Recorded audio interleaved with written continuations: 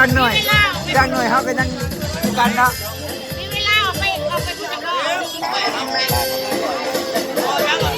ไอ้หนึ่งสลัดคือไผ่อันนี้สลัดคือไผ่มีเนื้อมันหนึ่งนะ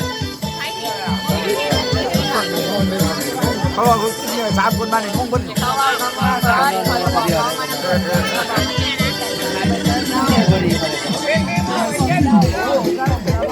อันแนวนี้อยู่ไหน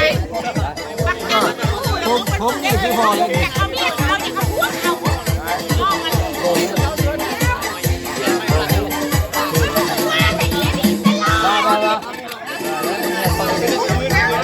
ตะกี้ได้ยินแต่พอกันว่าจักแก้วตัวนั้นยั